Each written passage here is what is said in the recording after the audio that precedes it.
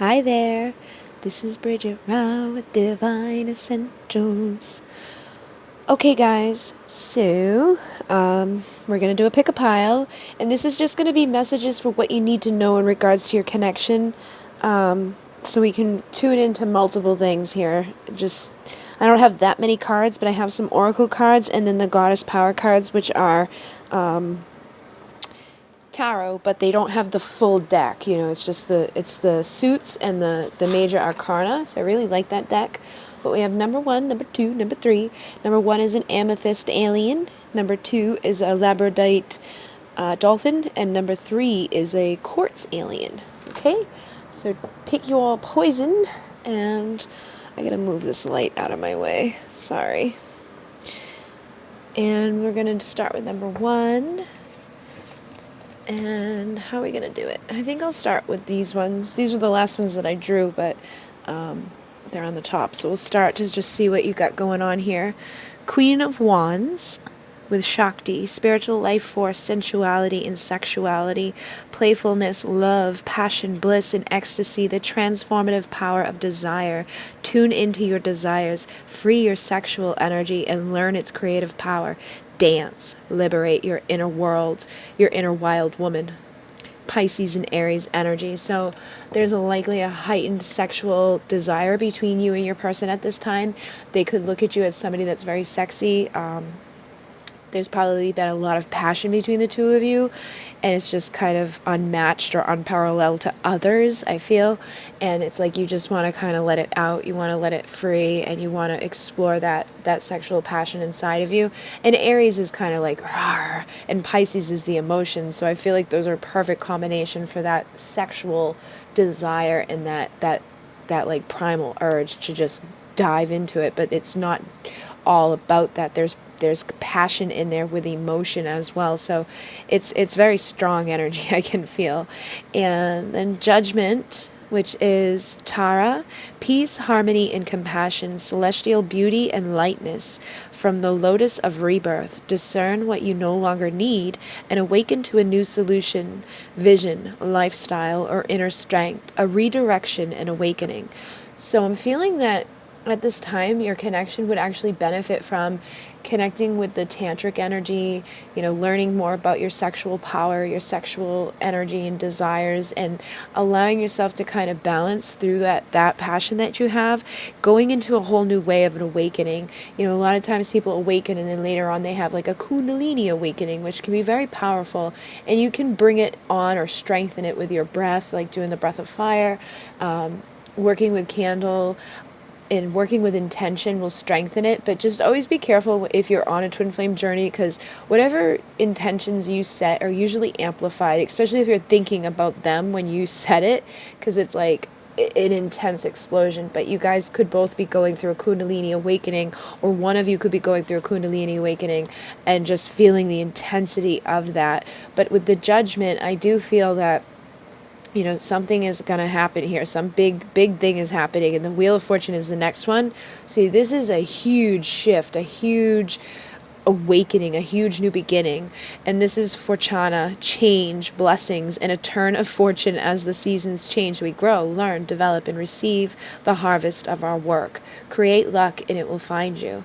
So it's like you guys are getting into this like energy now where you can tap into that sexual passion and really manifest. I really feel that whatever you're wanting to manifest within this next cycle is going to be potent and powerful if you do it right. If you keep your mind right, you keep your energy right, and you don't allow outside influence to like take you out of that unbridled passion that you have, and just explore it, embrace it, allow it to assist you on your path to wherever it is that you're trying to go. We do have codependency coming through with addictions are affecting your romantic life. So sometimes this energy can actually become too much, and so feeling like either the masculine or the feminine could be even like addicted to sex, or trying to explore this energy somewhere in an unhealthy pattern, and they need to release that. And so by you tapping into it and expressing it in a pure, authentic way, with integrity can actually shift that addiction, or if there are any addictions that have been within this connection or codependencies with each other, it's time to use this to heal that. So whatever's been dependent upon, whether it's just been each other or, drugs, alcohol, a way of thinking, a way of feeling, a way of living, work. There's so many things people can become just codependent on, and I really feel that now's the time to go into this next phase, clearing this out, getting rid of it. And yeah, look, retreat. It's time to disconnect from the world. So whatever has influenced this energy of addiction, of, manipulating and taking this beautiful, pure, like, it's just so like, it's like, I don't have a word for it. It's like, that's the only word I got. You got to take that and heal this, but you're going to have to retreat away from the world, because when you're out in the world with that energy, it can really go awry, and it can start, putting you into places where you don't want to be. You start, trying to escape, or you start expressing it in an unhealthy way. That Aries energy can just make you charge really fast into something that isn't healthy for you at that time. And look at sacred pleasure, goddess Basset in Cat's Eye. So this is really something that you can turn into like a sacred connection between you and your person. And you may even have an opportunity to manifest the two of you retreating away from the world, so that you can heal and transform with that energy that's going on. There's a huge sacred pleasure that's available to you guys, and it's infinite. It's never going to die out, and it's definitely connected to your root and sacral chakra. So I do feel there's a Kundalini awakening happening at this time. And then illumination. As darkness comes, the mirrors of your spirit reflect different images. It is time when the world changes and your being begins to glow. Reflect on the new vision that has been living on the parameter of your consciousness. An idea is stalking you and awaits your invitation, a place within you to begin life.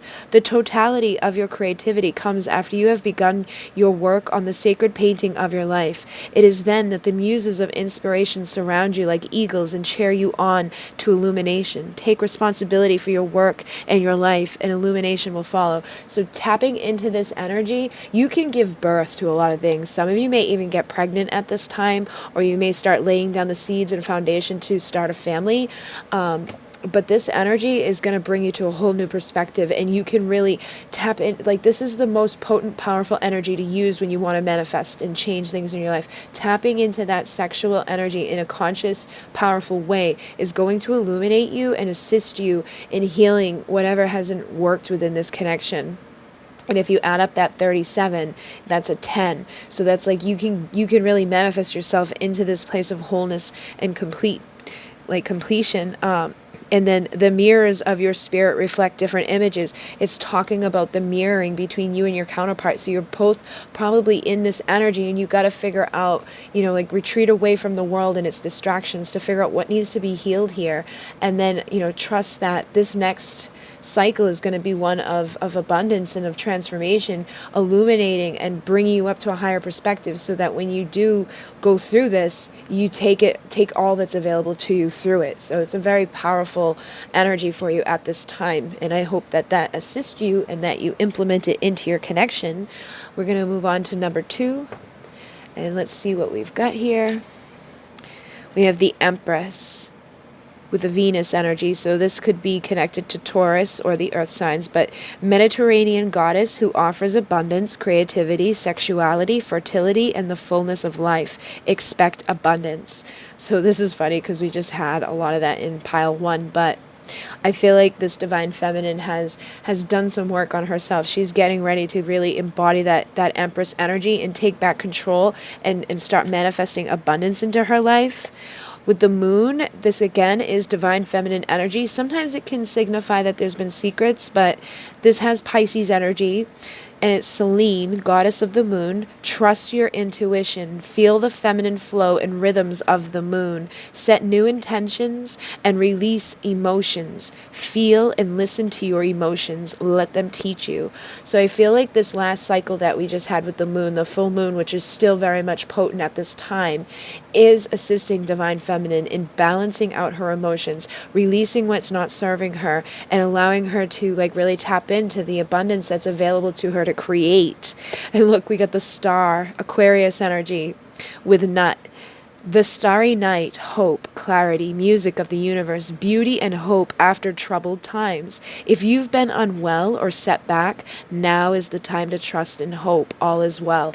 So really, if you could have gone through the ringer, you could have been through some crap, but everything you go through, whether it's with your counterpart or just in your life, is teaching you lessons, and it's always assisting you. The setbacks and the things are usually a clear indication that, okay, this isn't where I'm supposed to be right now. I need to charter into new territory. And it's like, you got to trust the intuition. You got to listen to the the divine feminine energy inside of you and embody that, so you can start expecting that abundance to roll in. But I feel like whatever setbacks you had could have been connected to some secrets with the moon coming in. And it's like, I feel like as the Empress, it was like, you can't hide stuff from an Empress. The Empress is always going to find out, or she's always going to kind of know it intuitively, but maybe not trust it. And I feel like you didn't fully embody this Empress energy in the past. So these secrets may have kind of like stayed hidden, but now that you've done it, you had your setback, but now it's time to manifest what's truly yours and what's truly going to work for you in your connection and in your life. This could be the one and true love. So you've already met the romantic partner you seek, and this is the romance of a lifetime. So you could have had some setbacks. You could have had some not so great experiences with this connection, but you likely do know who your person is. It's like you've already met your person. It's a true person that you're supposed to be with. You're showing up as the Empress because that's the true divine feminine energy. You're showing up with your intuition heightened, and that the star is here. It's like you can manifest exactly what you want at this time with the power of that divine feminine. You just got to trust your intuition and do what you're being called to do. Angel Isda and Carnelian, nourishment. It's time to nourish your soul. It's time to listen to your soul. It's time to retreat and like heal and grow. Do whatever feels appropriate. And I feel that your root chakra is coming through a lot here. So if you had setbacks in the material world, maybe you had a setback with your work, your finances, something unexpected could have happened, and you just kind of got like thrown off a little bit. You can't let that take you down. You got to stay positive and focused and trusting that when you ask Spirit to assist you in manifesting abundance, whether it's in love or whether it's financially, that's going to come. But your basic needs and your survival energy needs to be nourished at this time. So it's like working with your root chakra is really going to assist you. Call on the serpent to help you shed the past. Call on the jaguar to keep cleanse away any energetic debris that's connected to relationships, and then get yourself grounded and rooted and trusting that this is going to all turn around for you. You have to just trust your intuition on where you should be and what you should be doing, and trusting that the universe will provide to you when you're in this place of balance and you're allowing yourself and opening up for the nourishment that the universe is trying to give to you. And then we have harmony, which is the direction of the west, which is connected to the jaguar, and it's black with the medicine wheel. So harmony lives in the lodge of balance, an equilibrium between the physical and spiritual aspects of your life. For there to be harmony, there must be balance. Imagine yourself as the hub of a sacred wheel, standing in the center. This wheel must function every day of your life. If you imagine that the south is your physical self, the west your emotional self, the north your spiritual self, and the east your mental self, you see that you stand in an ancient wheel of truth. Consider whether you spend as much time in the physical south as you do in the spiritual north. Are they balanced? Are they in harmony? Reflect on whether you spend more time in your emotions, west, than you do in your mind, east. Adjust your daily life by being aware of your actions and behavior patterns to incorporate equal effort in all the directions so that your wheel will function in perfect harmony. So this is like definitely a twin flame soulmate thing. Like, you need to be in a place of balance and harmony to manifest anything, and you got to be nourishing yourself and balancing these things out. I feel like divine feminine is usually like all up in the spiritual world, and this is why your physical world may be kind of like lacking at this point, but right at this moment it's like you're too far down, and like your root is in really need of healing. So you've got to balance between the two, and I feel like you maybe even call called to start stepping more into your spiritual work, if you've just been kind of doing stuff in the physical but not aligning with your divine role as that empress, you have, a light worker role here. You can't just sit around and do physical things. You have to help other people. And then with the emotions and your mind, I feel like sometimes the divine feminine's all up in her head, and other times she's all in her emotions. But think about it with the masculine. Masculines are very logical. Feminines are very emotional. I think feminines are very spiritual and masculines are very physical. So when we start embodying a balance of this energy, that is when you'll come into a harmonious union with your person. So by you setting the stage and doing that, that will set the path for them to be able to come into that alignment with you. But you've got to nourish yourself, and you've got to trust that the universe has your back, and whatever it is that you're trying to manifest and whatever setbacks you've had can be shifted. So I hope that assists you, and that you start being able to embody that balance and harmony. So I'm going to move on to number 3, and we're going to start with these. The Page of Swords, which is Hina, and this is air energy. Lay your heart's desires on her wings, so she may sprinkle them through the moonbeams and stars. Dream. Appreciate appreciate and communicate ideas and information. Begin a new project, purification. So the Page of Swords can also be about observation and communication. So you may have somebody that you're connected to through like social media or through text messages or something like that. They may be getting ready to communicate with you through those things. It's funny because I just saw King of Swords, which is somebody that communicates. But I feel like you guys may be observing each other too in some sort of like technological way. All right. So it's time to purify anything that may be connected to that, and like allow yourself to appreciate those things, appreciate and communicate ideas and information. So like you have to appreciate the communication that you do have. And then, oh gosh, we have King and Queen of Swords. So that's funny because whenever I see two together, they're meant to be together. And then with the Page of Swords, it's like you guys are definitely in your head, okay? Thinking, air, Virgo, Libra, Capricorn, Aquarius. So with the King of Swords, it's Cybele. She moves with magnitude and force into your life, helps you to create the laws of your life. Speak your truth, be noble in word and action, and embody dignity and integrity. Lead with the truth and align. And then the Queen of Swords is Amazon. She cannot be wounded or hurt by lower vibrations. Fierce compassion for all life and protection on your journey. Stand for something. Learn and master the trials and lessons of the warrior. Express your wisdom. So I feel like what this is that divine feminine may have had to cut out the divine masculine because he wasn't expressing his truth. She may have observed something that he has either said or done, and that's why she was like, okay, I'm going to release this, but she's not allowing it to lower her vibration. She's not partaking in those things anymore. So I think what this is saying is that maybe in the past you were like watching them. Maybe in the past you were like, checking on them through social media, and then you saw something and you decided to just cut that all out and not allow your vibration to drop because it was likely something that hurt you, and you're not open to communication with anything like that unless it's of a noble dignity and integrity. So the only one that can get through to this Queen of Swords is this King of Swords. It doesn't matter how much value, how much worth you have. It doesn't matter how much love you have. It doesn't matter how much passion you have. If you don't have truth, this Queen of Swords isn't going to hear it. And if they're not in integrity, she's going to feel it. She's going to feel the vibration, and she's going to know whether or not to allow this person in. But I feel like this person is likely, still checking in to see what's up with her, because somebody's definitely got this Page of Swords energy. So if divine feminine, if you're not checking on them, they're checking on you. And then we have stay optimistic about your love life. Positive thinking and faith will bring you romance and attraction. You attract romantic love by enjoying this moment fully. So again, it goes along with that Queen of Swords energy. She's not allowing lower vibrations to take her down anymore. She's not observing things. She's not thinking about things. She's just like, you know what?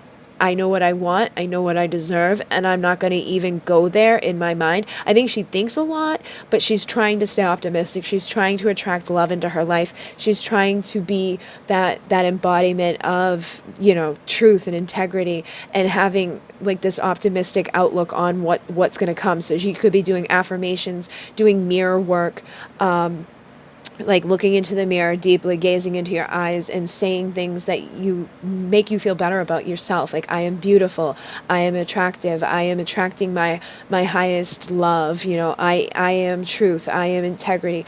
All of those things that may make you feel weird and awkward, but as you practice it, you actually become more comfortable with it, because you start to embody the vibration of it. So whatever you're trying to attract, you need to embody the vibration of. So if you want to attract love, you have to be embodiment of love. If you want to attract somebody coming to give you truth, you got to start communicating with people who are of truth and integrity. So don't just sit at home looking in the mirror. Get out and start connecting with people, like flirt with people, have fun with people, get into that energy, embody that energy that brings you that vibration and frequency that you're hoping to bring into your life, and get out and start having fun and enjoying it, opening your heart up and looking at things in a new, higher perspective that makes sure that you're in that Queen of Swords energy that doesn't allow other things to take her down. She doesn't allow the negative thinking to bring her down. She doesn't, partake in things that she knows looking at are gonna like drop her vibration down or hurt her. So she's going to have to embody this energy to attract to her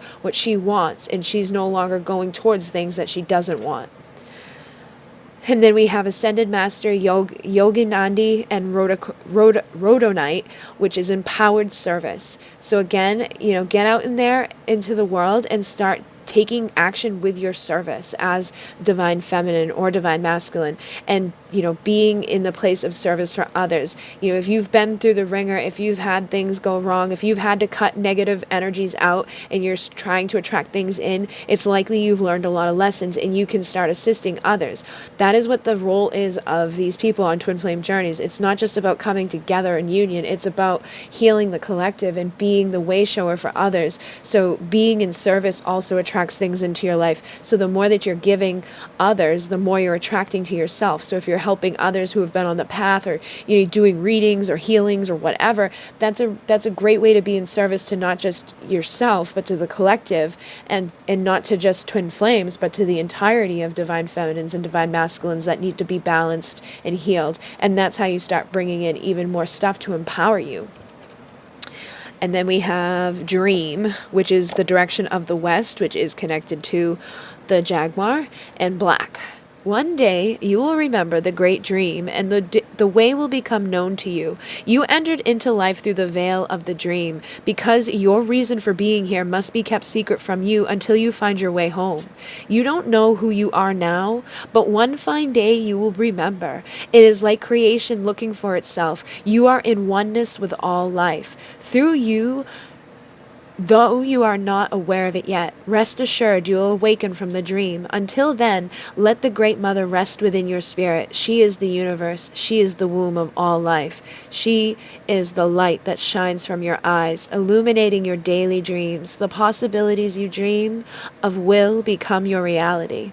So again, when you come into this reality, you go through the veil of forgetfulness. You don't remember your divine mission. You don't remember what you're here to do, but you awaken. Usually you awaken when you meet your counterpart to some degree. Like there's this feeling of remembrance with them. There's something that attracts you together. And then later down the path, you go through your trials, your tribulations that again lead you to a higher awakening in the dark nights of the soul. And every pain, every lesson is assisting you to reawaken and remember what your divine mission is.